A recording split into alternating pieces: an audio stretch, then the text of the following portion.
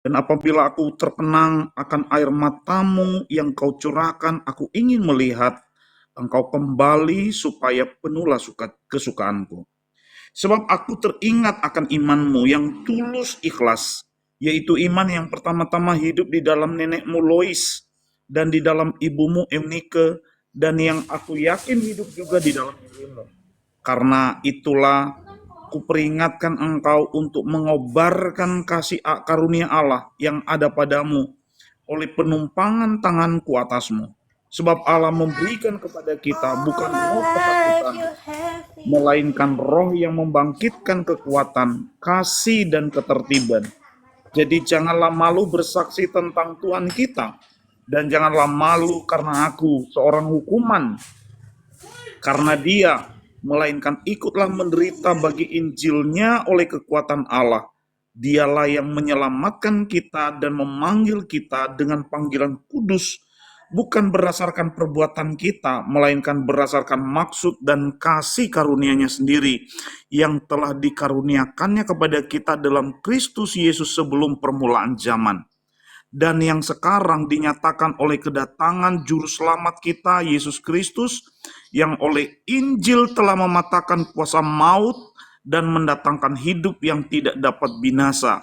Untuk Injil inilah aku telah ditetapkan sebagai pemberita, sebagai rasul, dan sebagai guru. Itulah sebabnya aku menderita semua ini, tetapi aku tidak malu karena aku tahu kepada siapa aku percaya, dan aku yakin bahwa Dia berkuasa memeliharakan apa yang telah dipercayakannya kepadaku hingga pada hari Tuhan.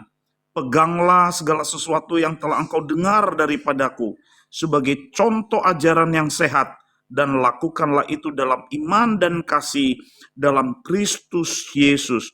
Peliharalah harta yang indah yang telah dipercayakannya kepada kita oleh Roh Kudus yang diam di dalam kita. Engkau tahu bahwa semua mereka yang di daerah Asia kecil berpaling daripadaku, termasuk Philagelus dan Hermogenes. Tuhan kiranya mengaruniakan rahmat-Nya kepada keluarga Onesiforus yang telah berulang-ulang menyegarkan hatiku. Ia tidak malu menjumpai aku dalam penjara. Ketika di Roma ia berusaha mencari aku dan sudah juga menemui aku. Kiranya Tuhan menunjukkan rahmat-Nya kepadanya pada harinya. Betapa banyaknya pelayanan yang ia lakukan di Efesus, engkau lebih mengetahuinya daripadaku. Puji Tuhan saudara, sampai sedemikian jauh pembacaan kita, diberkati kita yang mendengar, dan yang terlebih yang dengan setia melakukan firman Tuhan itu setiap hari dalam kehidupan sehari-hari.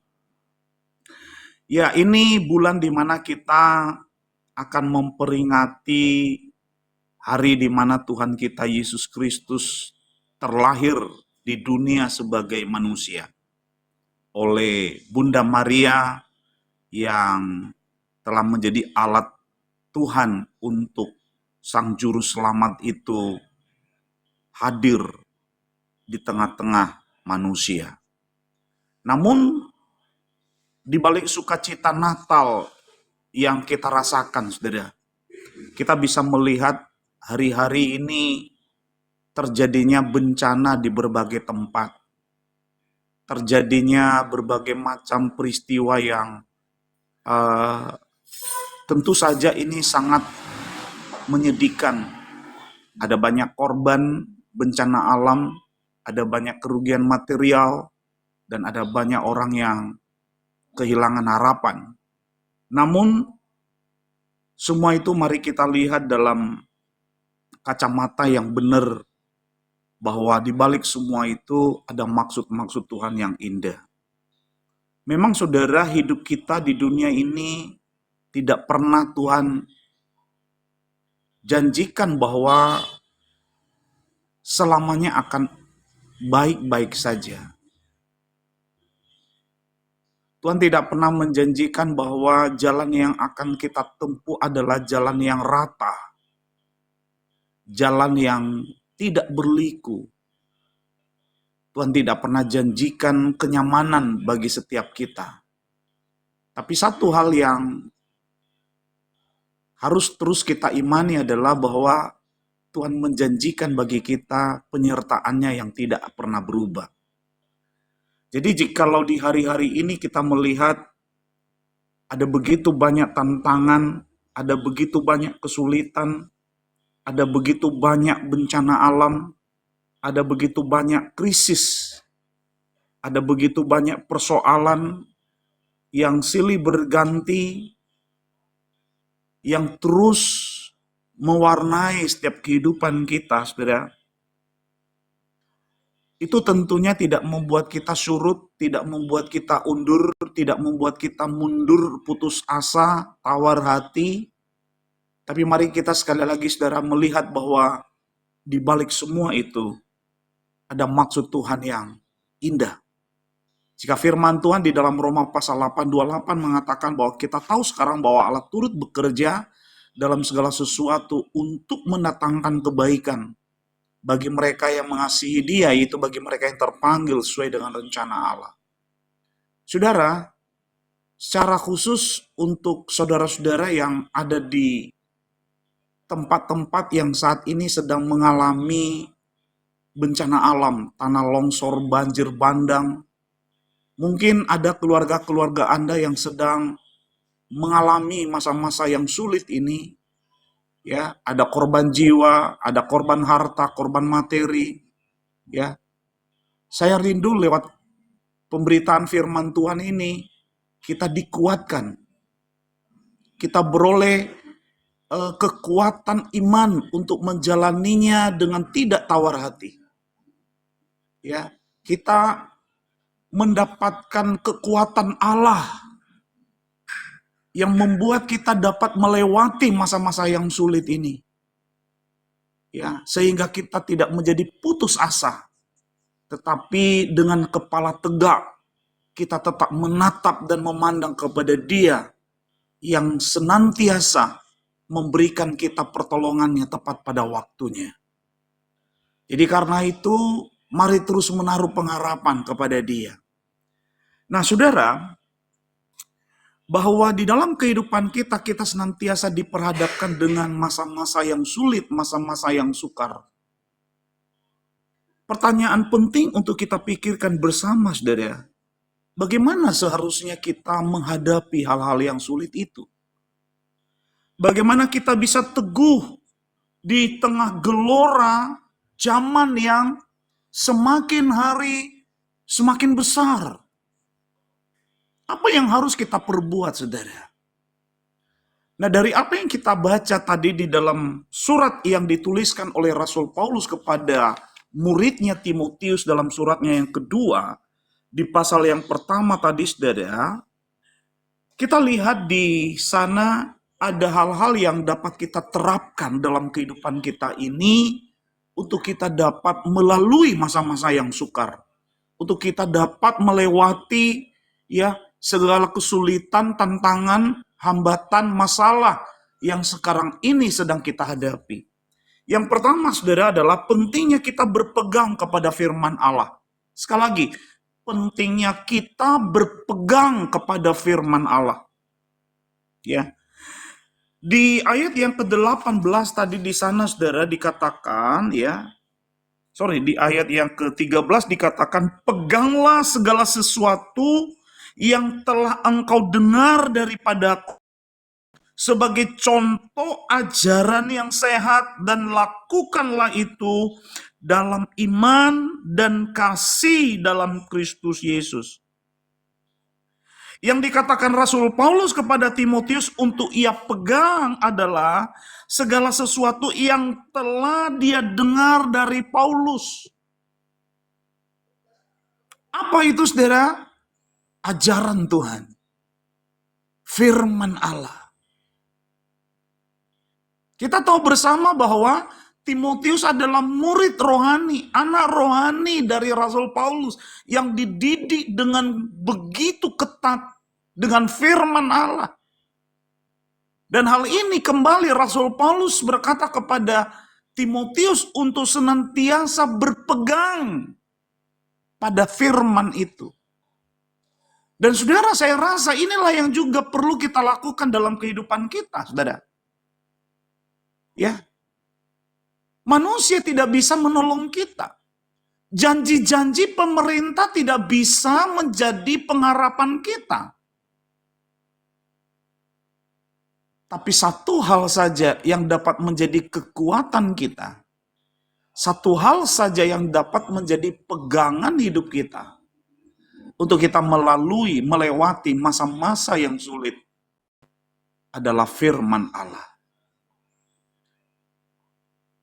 Bulan ini, saudara, seperti tadi saya sudah katakan bahwa kita akan memperingati Natal.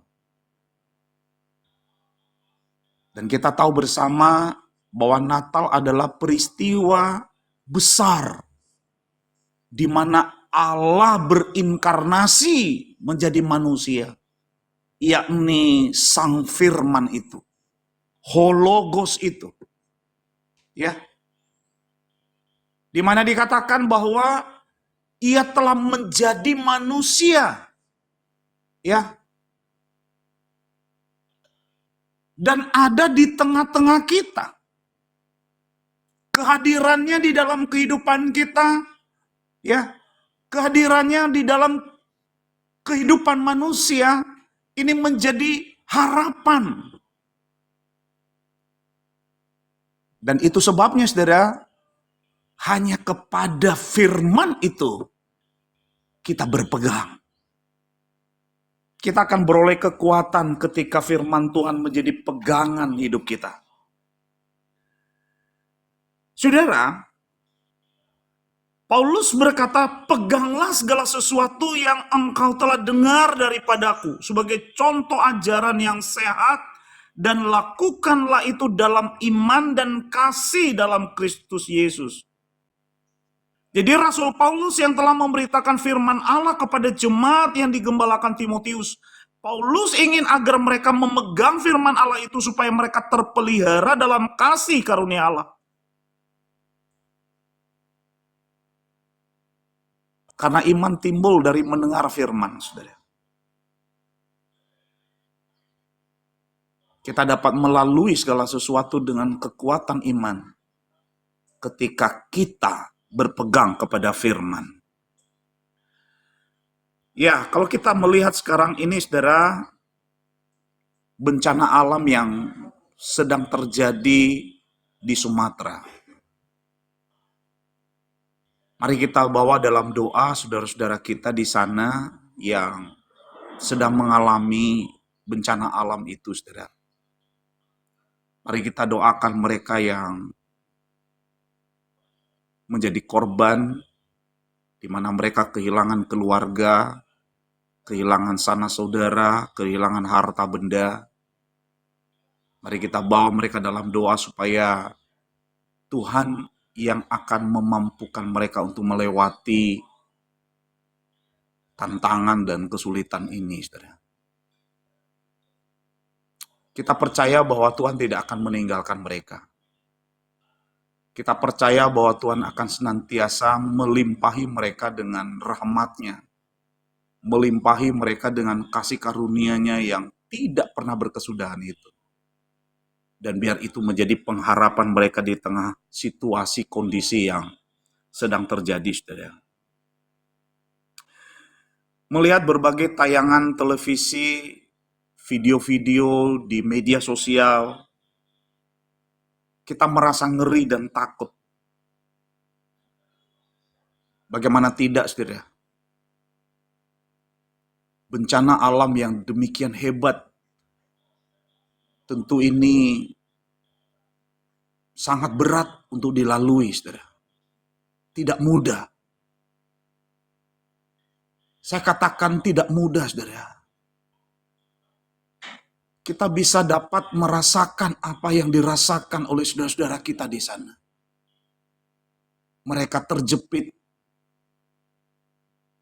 Mereka mengalami kesulitan dalam memenuhi kebutuhan.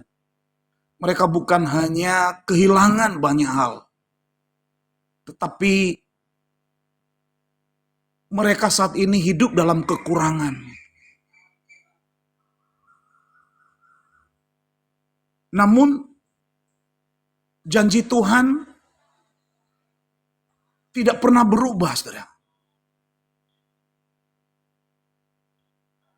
Firman Tuhan berkata bahwa Dia yang berjanji bukanlah seperti manusia yang mengingkari janji. Tuhan setia pada firman-Nya. Tuhan melakukan apa yang dikatakannya, saudara. Ketika Tuhan berjanji bahwa sekali-kali aku tidak akan meninggalkan engkau. Sekali-kali aku tidak akan membiarkan engkau.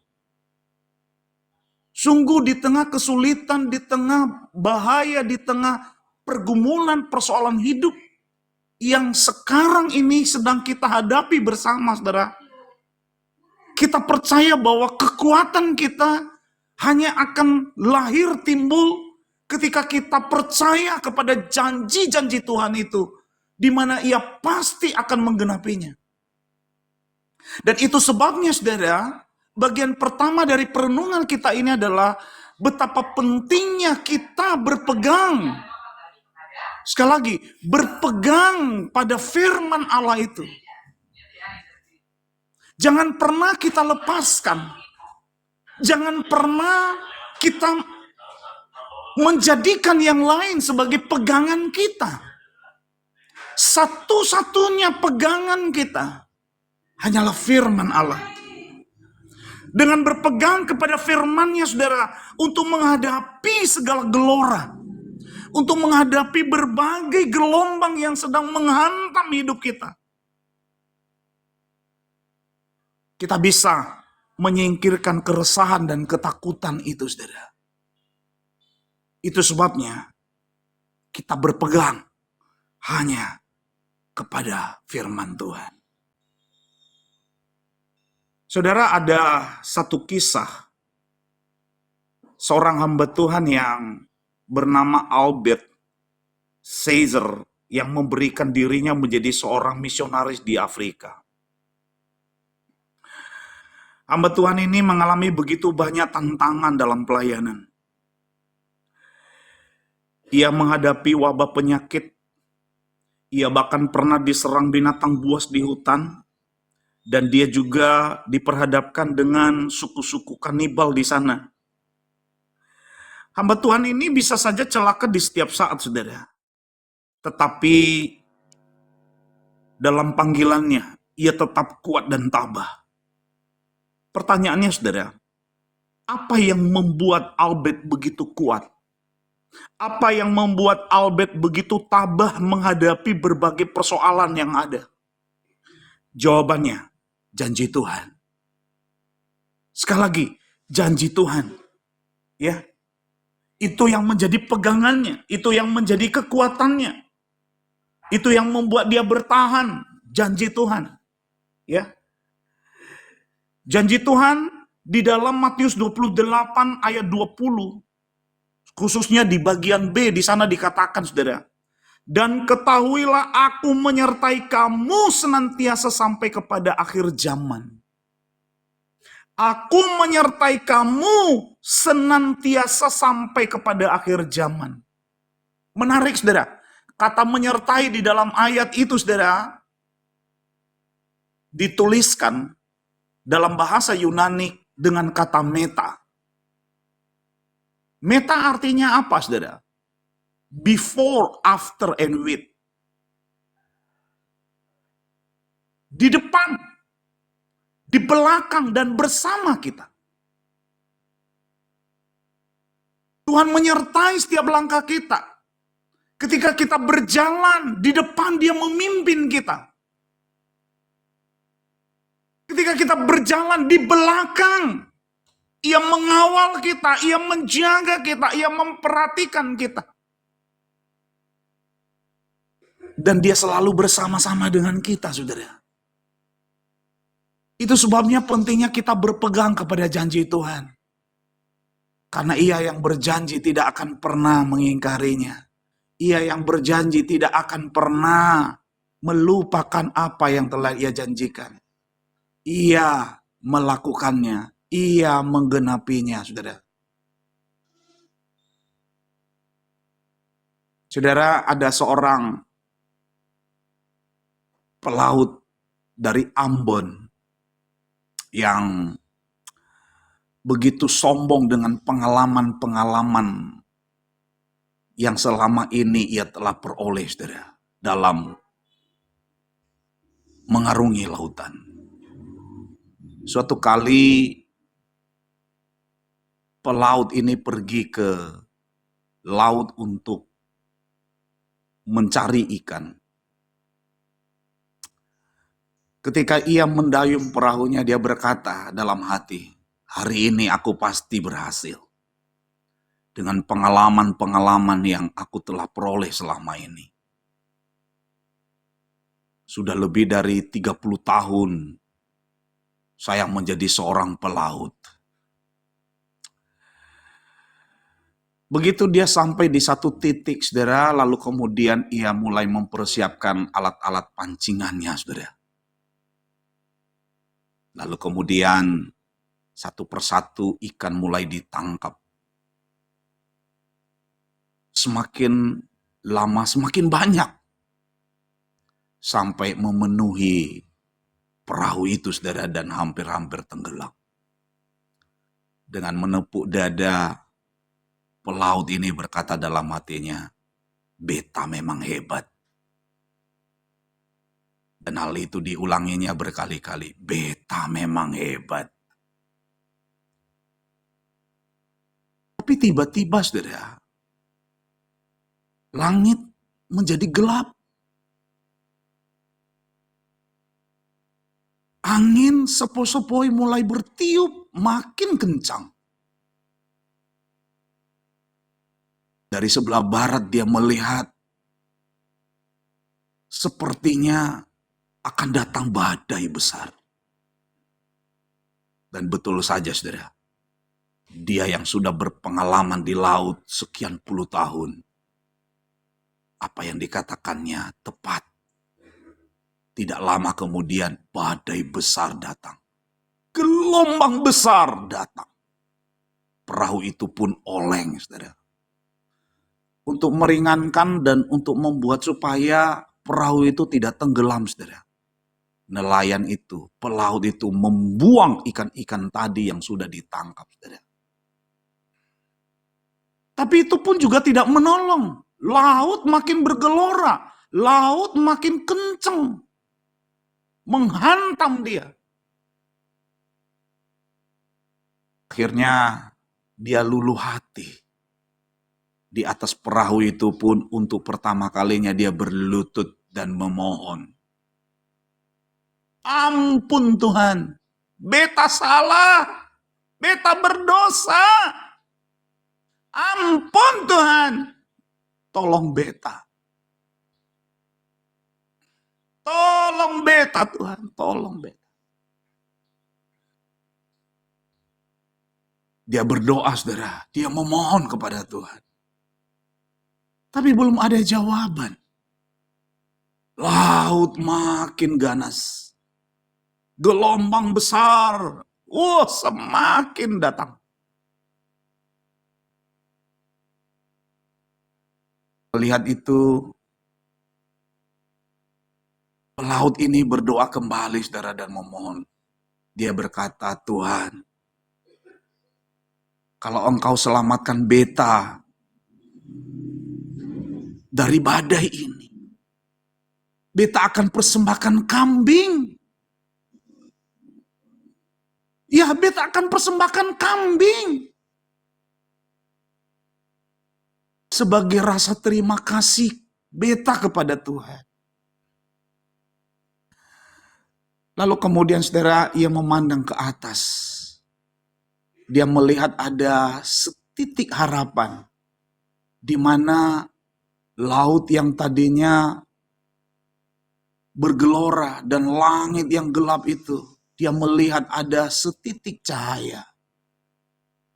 Dan lama-kelamaan cahaya itu semakin besar. Ya, semakin besar. Dan dia melihat ada harapan. Dan betul, saudara, tak lama angin reda, badai itu reda. Lalu nelayan ini, pelaut ini memutuskan untuk pulang, saudara. Dia pulang. Dia katakan, lebih baik pulang, balik saja. Sambil mendayung perahunya, saudara, dan dia sudah melihat daratan, bahkan dia melihat sudah begitu dangkal lautnya, saudara. Dalam hati, pelaut ini berkata, tertipu kau Tuhan. Kau pikir beta akan persembahkan kambing? No. Jangankan kambing, ayam pun tidak. Ayam pun tidak. Dengan senyum-senyum dan menepuk-nepuk dadanya, nelayan itu merasa puas, saudara. Sudah berhasil menipu Tuhan. Tadi di laut dia berjanji, kalau badai itu reda, ia akan mempersembahkan kambing. Tapi begitu udah mau nyampe, dia berkata, jangankan kambing, ayam pun tidak. Lalu kemudian dia sandar di pantai, saudara. Dia berusaha menarik perahunya untuk naik ke pantai. Dari kejauhan dia mendengar anaknya berlari-lari dan berteriak-teriak, ayah, ayah, cepat ayah, cepat ayah, cepat. Mendengar itu dia kaget, dia terkejut. Lalu dia bertanya, ada apa? Kenapa? Kenapa? Kenapa nak? Kenapa nak? Anaknya bilang, ayah, cepat ayah, rumah kita terbakar ayah, cepat ayah, cepat, cepat. Mendengar itu, pelaut yang sombong itu berkata, Tuhan, urusan di laut kenapa dibawa ke darat Tuhan? Saudaraku, janji Tuhan adalah janji yang murni. Janji yang pasti. Tidak seperti janji-janji kita manusia, di mana kita sering ingkar janji. Kita berkata, iya, iya. Kita berkata, iya, saya mau taat, saya mau nurut. Tapi ternyata tidak, saudara. Kita bukan saja seringkali melupakan janji kita, tapi kita seringkali mengingkari janji kita, saudara. Tapi tidak demikian dengan Tuhan. Itu sebabnya betapa pentingnya kita berpegang kepada firman Allah. Karena janji-janjinya pasti dan tidak akan pernah diingkari. Yesus yang telah dinubuatkan, Mesias yang telah dinubuatkan ribuan tahun sebelum kelahirannya. Dan hal itu kemudian digenapi di Bethlehem, di Efrata itu. Disaksikan oleh para gembala bahwa Allah menggenapi janjinya. Ia tidak pernah melupakan apa yang telah dijanjikannya, saudara. Karena itu apapun yang menjadi situasi, kondisi, keadaan saudara saat ini, jangan pernah putus asa. Tapi berpeganglah kepada janji firman Tuhan. Ada amin, saudara? Ia tidak pernah mengingkarinya. Ia setia melakukannya, saudara. Yang kedua, saudara. Hal yang kedua yang harus kita lakukan untuk kita teguh di dalam kita melewati berbagai pencobaan masalah di dalam kehidupan kita. Mari kita lihat di ayat yang ke-12. Dikatakan, itulah sebabnya aku menderita semua ini, tetapi aku tidak malu karena aku tahu kepada siapa aku percaya dan aku yakin bahwa Dia berkuasa memelihara akan apa yang telah dipercayakannya kepadaku hingga pada hari Tuhan. Nah, saudara, kita lihat di sini apa yang dikatakan oleh Rasul Paulus, ya, bahwa ia tahu kepada siapa ia percaya. Ia tidak hanya tahu ajarannya, tetapi ia juga mengenal pribadi yang menyampaikan firman, yaitu Kristus Yesus, yang sekarang ia layani. Ia mengenalnya dengan baik. Bukan hanya mendengarnya dari orang, tapi ia mengenalnya secara pribadi. Pertanyaan saudara, Apakah seperti Paulus mengenal Yesus Kristus secara pribadi? Apakah demikian juga kita, saudara?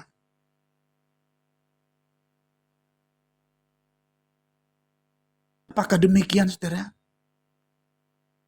Satu kali, saudara, Yesus bersama dengan murid-murid naik ke sebuah perahu. Dan tiba-tiba, saudara, ketika mereka ada di danau itu terjadi badai. Sampai-sampai salah satu muridnya datang kepada Yesus yang sedang tidur di buritan dan berkata, "Tuhan, kita binasa. Kita binasa." Dan kita melihat, saudara, apa yang terjadi kemudian. Yesus berkata, "Diam, tenang," kepada danau itu. Sehingga kemudian teduh sekali. Menarik, saudara. Orang-orang yang ada di dalam perahu itu yang notabene adalah para murid. Yang sekian lama bersama-sama dengan Yesus bertanya, siapa gerangan orang ini? Siapa gerangan dia? Siapa dia sesungguhnya? Saudara, siang malam mereka bersama dengan Yesus. Yesus pergi kemana, mereka ke sana. Yesus bikin apa, mereka ada di sana. Mereka melihat semua apa yang dilakukan oleh Yesus. Tapi menarik pertanyaannya, saudara, siapa gerangan orang ini?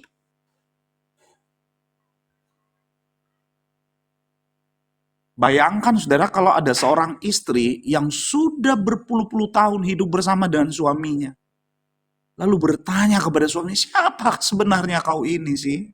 Siapa kau ini? Artinya apa, saudara? Nggak kenal. Nggak kenal. Apakah kita seperti para murid itu, saudara?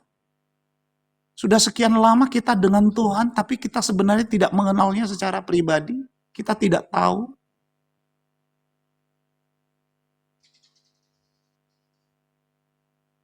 Saudara, kalau kita telah berjalan bersama dengan Tuhan sekian lama, tentu kita akan mengenalnya dengan baik. Kalau selama ini kita telah membangun persekutuan yang secara pribadi dengan Tuhan, tentu kita akan mengenal dia dengan segala sifat-sifatnya dan karakternya, bukan? Kita akan tahu di mana di mana pengetahuan itu kita tidak dengar dari orang. Tapi pengetahuan kita tentang siapa Tuhan kita, itu oleh karena kita hidup bersama dengan dia.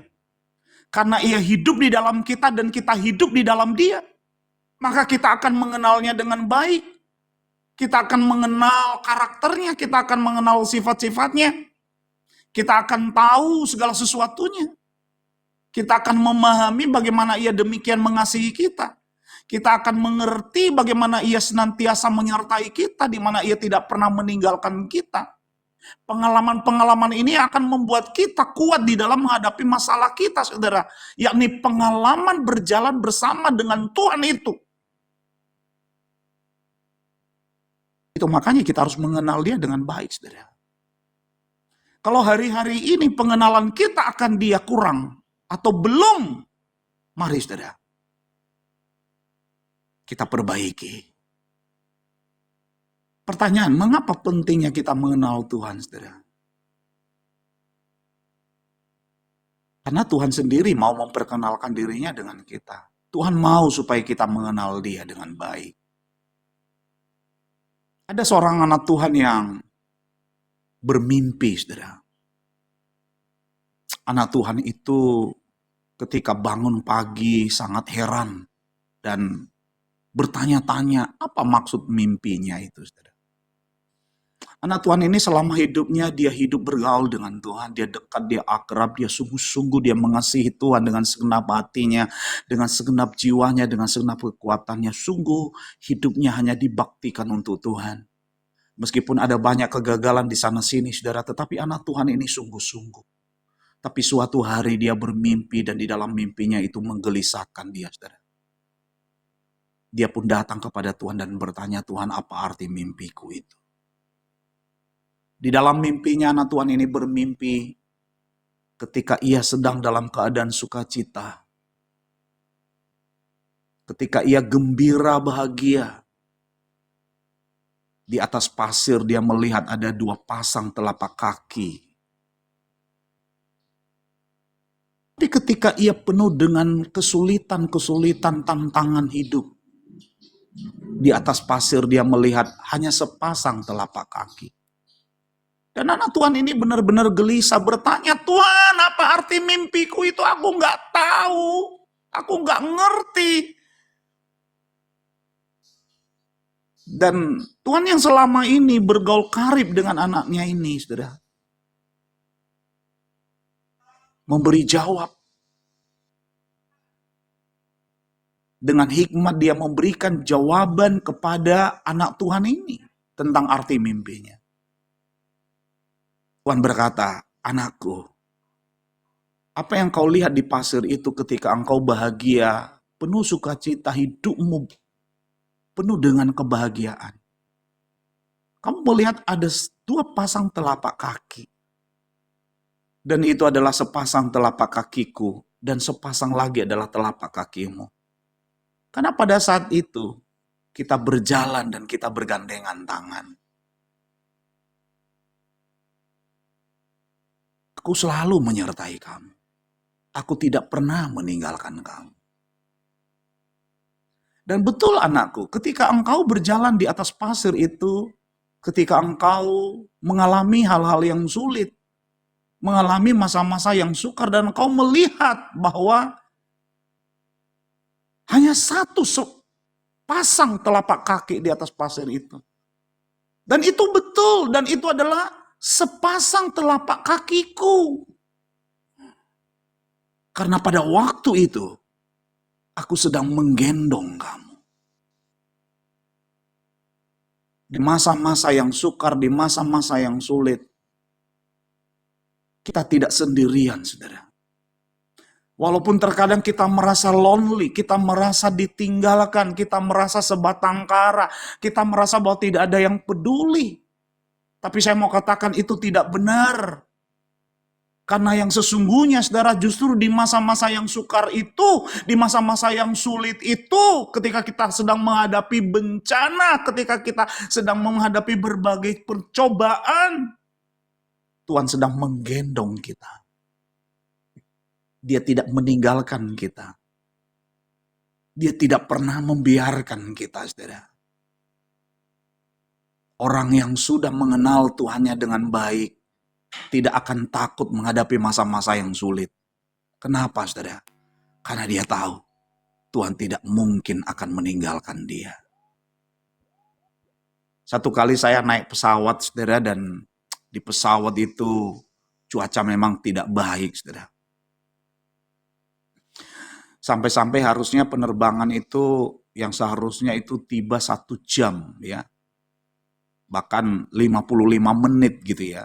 Nggak sampai 60 menit.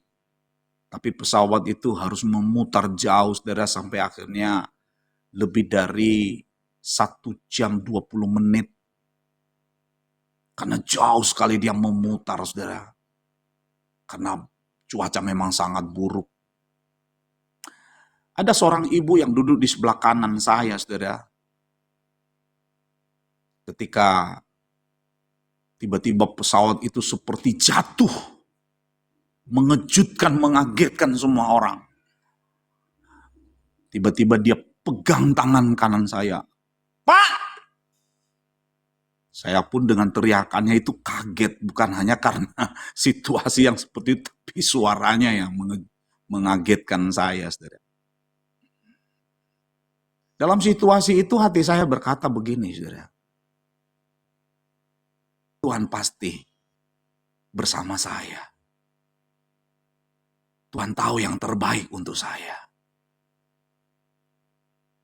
Tuhan pertolongan saya. Sepanjang penerbangan itu, saudara, saya bernyanyi. Saya nyanyikan lagu puji-pujian. Yang meneduhkan, yang menguatkan. Dan akhirnya, saudara, oleh pertolongan Tuhan, penerbangan itu sampai mendarat dengan baik. Pengalaman-pengalaman yang indah ini, saudara, bersama dengan Tuhan tentu menjadi kekuatan bagi kita ketika kita menghadapi masa-masa yang sulit. Seorang penulis bernama Warren Wiersbe pernah berkata, kemarin Tuhan menolong saya. Hari ini Tuhan pasti juga akan menolong saya. Dan besok hal yang sama juga akan dilakukannya. Untuk saudara-saudaraku yang sedang mengalami bencana alam di Sumatera, baik itu Aceh, Sumatera Utara, Sumatera Barat, dan di tempat-tempat lain, ingat, Tuhan tidak pernah meninggalkanmu. Tuhan tidak pernah membiarkanmu, saudara. Kenallah Dia. Kenallah Dia. Seperti yang dikatakan oleh Rasul Paulus di sini, itulah sebabnya aku menderita semuanya ini.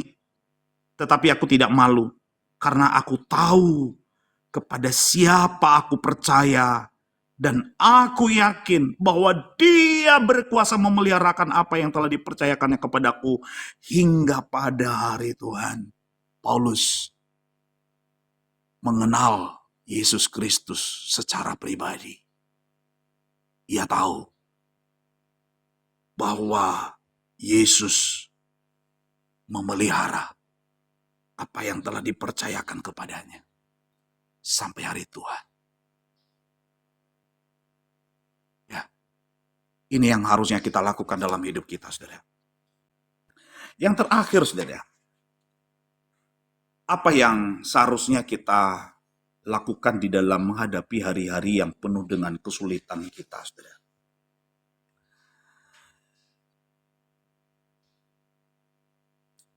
Di sini dia katakan di ayat yang ke-11, untuk Injil inilah aku telah ditetapkan sebagai pemberita, sebagai rasul, dan sebagai guru.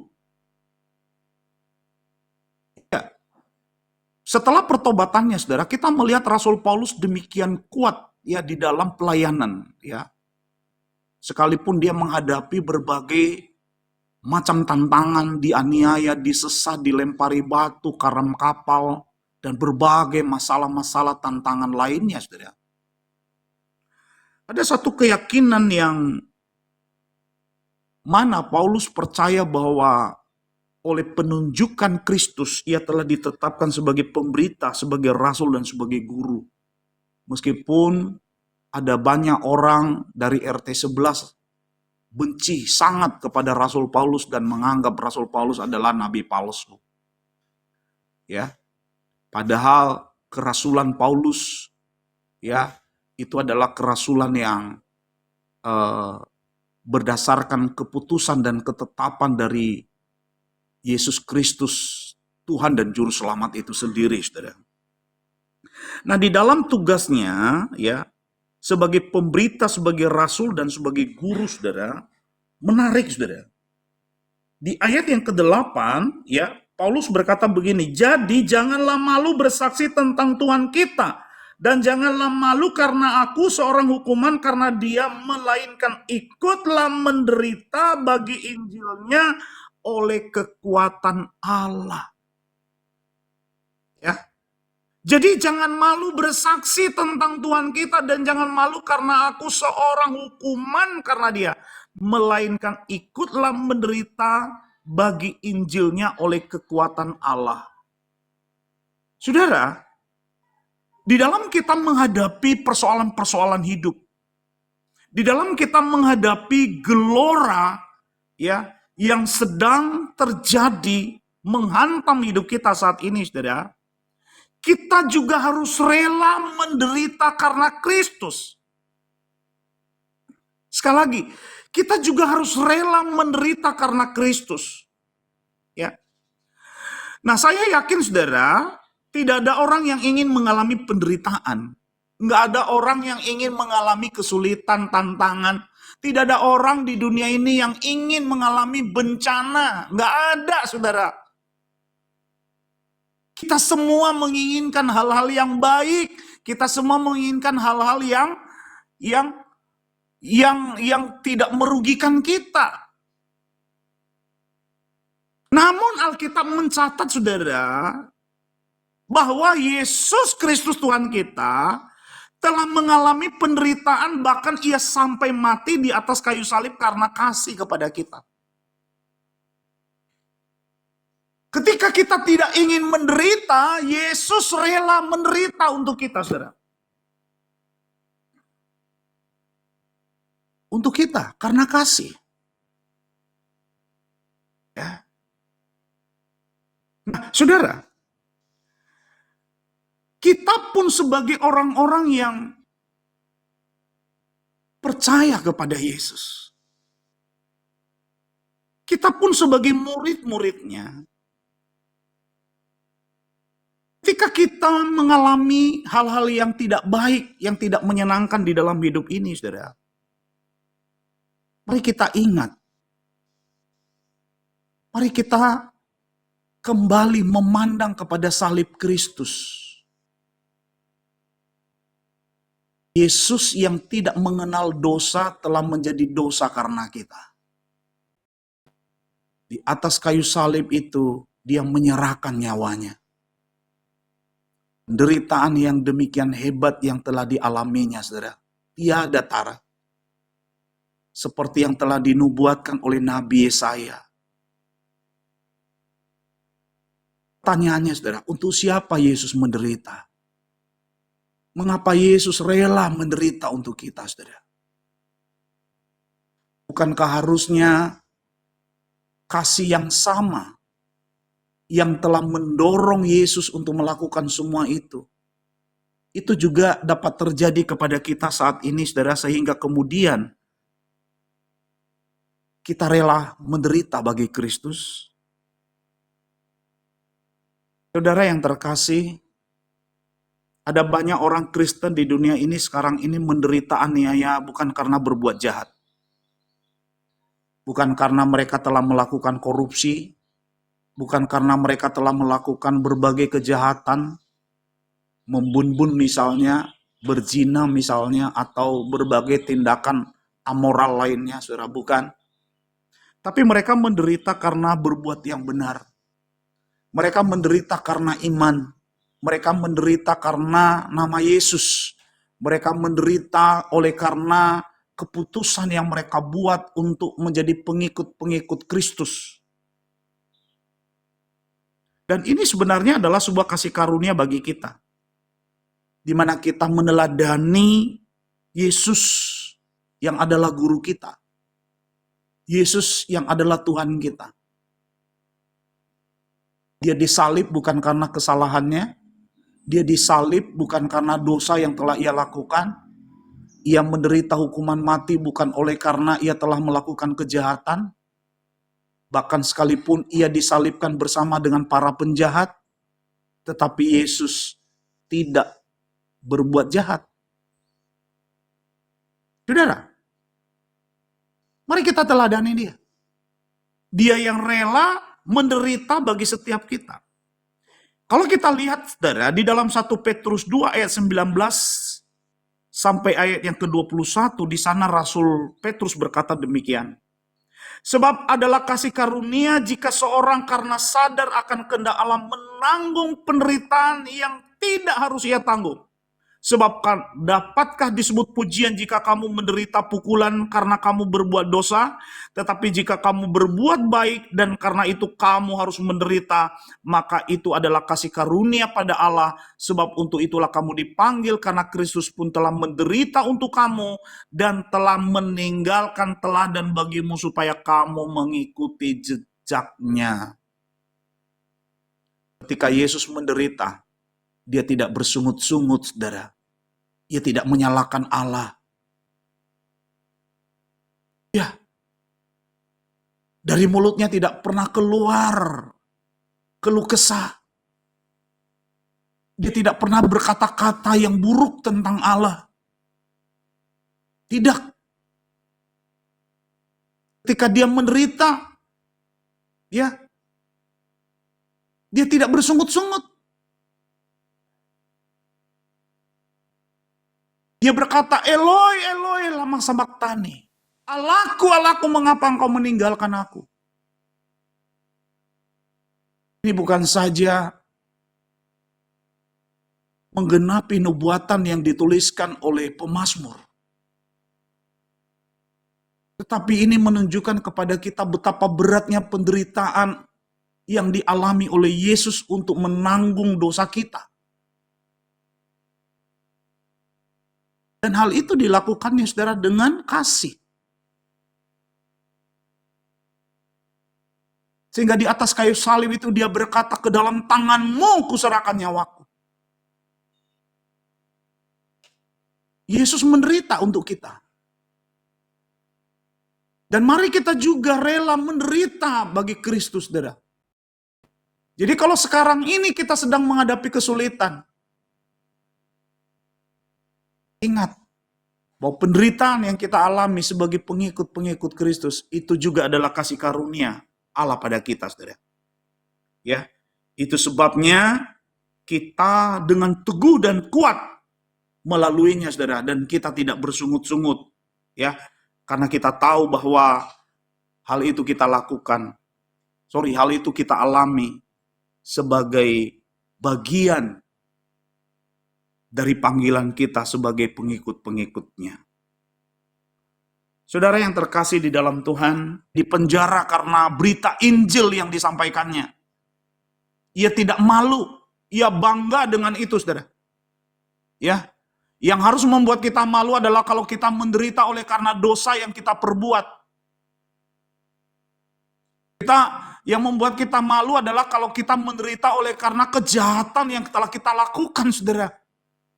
Tapi kalau kita menderita karena iman, kalau kita menderita karena menjadi pengikut Yesus, itu adalah kasih karunia Allah bagi kita, saudara. Kita harus bangga, kita harus bersyukur, kita harus teguh, kuat. Ya, kita ingat satu lagu, sebuah pernyataan iman dari seorang India yang ketika dia dan keluarganya dianiaya karena ikut Yesus. Lagu pujian yang keluar dari mulutnya bukan di saat yang menyenangkan, di saat yang penuh dengan materi, berkat. Tetapi justru pujian yang keluar dari mulutnya di saat penderitaan sedang dijalani, sedang dialami karena iman.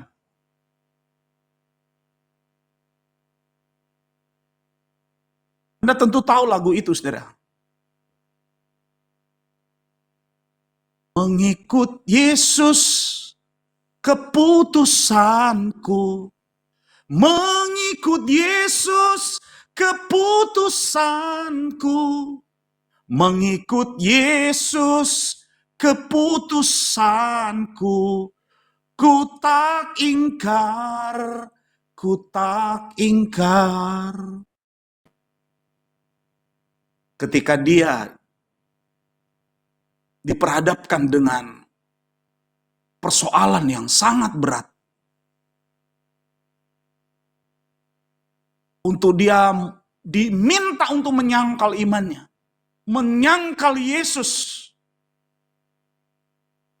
dimana kalau tidak, istri dan anak-anaknya akan dibantai, akan dipenggal, akan dibunuh oleh mereka. Tapi dia bernyanyi, mengikut Yesus keputusanku. Dan akibatnya apa, saudara? Di depan matanya, istri dan anak-anaknya dibantai. Tapi apakah kemudian dia menyerah pada keadaan, saudara? Tidak. Imannya tetap teguh. Imannya tetap teguh. Kembali dia bernyanyi, tetap ku ikut walau sendiri. Tetap ku ikut walau sendiri. Tetap ku ikut walau sendiri. Ku tak ingkar, ku tak ingkar.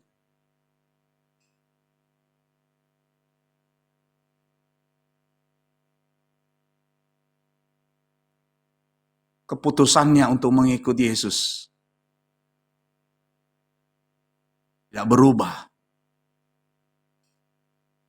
Dia tetap teguh, sekalipun dia harus kehilangan nyawa. Saudara, ada banyak orang karena kesulitan-kesulitan hidup yang dihadapi, oleh karena pencobaan-pencobaan, lalu kemudian membuat hal-hal yang sembrono, ya, meninggalkan iman, meninggalkan Kristus, ya. Banyak orang karena masalah perut, karena masalah uang, ya, meninggalkan Kristus, tidak teguh dalam iman. Ya. Tapi saudara, jika Yesus rela mati untuk kita, jika Yesus rela menderita supaya kita diselamatkan, bukankah sudah semestinya kita juga rela untuk menderita bersama dengan Dia, saudara? Di dalam penderitaan-penderitaan yang sedang kita alami saat ini, di dalam pencobaan-pencobaan pergumulan hidup yang berat yang sedang kita alami saat ini, saya rindu, saudara, kita tidak menyangkali Kristus. Tapi mari kita tetap teguh dalam iman mengikut Dia. Saya senang sekali melihat beberapa video di tempat-tempat pengungsian orang-orang yang sedang mengalami kesulitan di Tapanuli Tengah. Di mana dalam video-video itu mereka menyanyi. Ya. Mereka bergembira memuji Tuhan. Saya senang sekali melihatnya, saudara.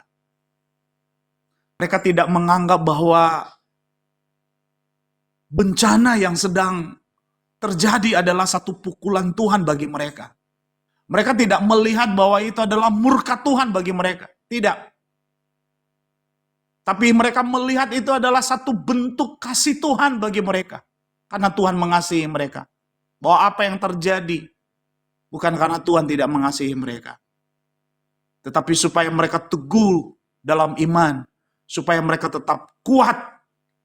Ya, sebab dalam kesulitanlah, dalam kelemahanlah, kita akan merasakan kuasa Tuhan.